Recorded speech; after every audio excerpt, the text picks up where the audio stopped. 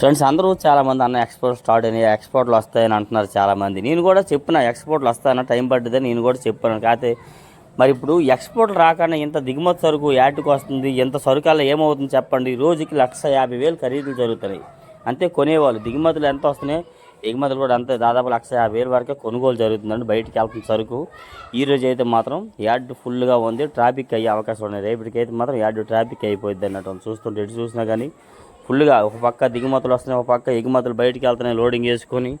రోజుకి 1,50,000 ఖరీదులో దాదాపుగా 1,00,000 వరకు ఎప్పటికప్పుడు వెళ్ళిపోతున్నాయి. మిగతా 50,000 రేపు ఉదయం వెళ్తున్నాయి. అట్లాగా చూడండి, మామూలుగా దిగుమతులు ఇలాగ. ఈరోజు డేట్ అయితే ఫిబ్రవరి 18, 2025 అనగా మంగళవారం సాయంత్రం అయితే చూస్తాం కదా. ఫుల్ ట్రాఫిక్ అండి యార్డ్ అంటున్నాం.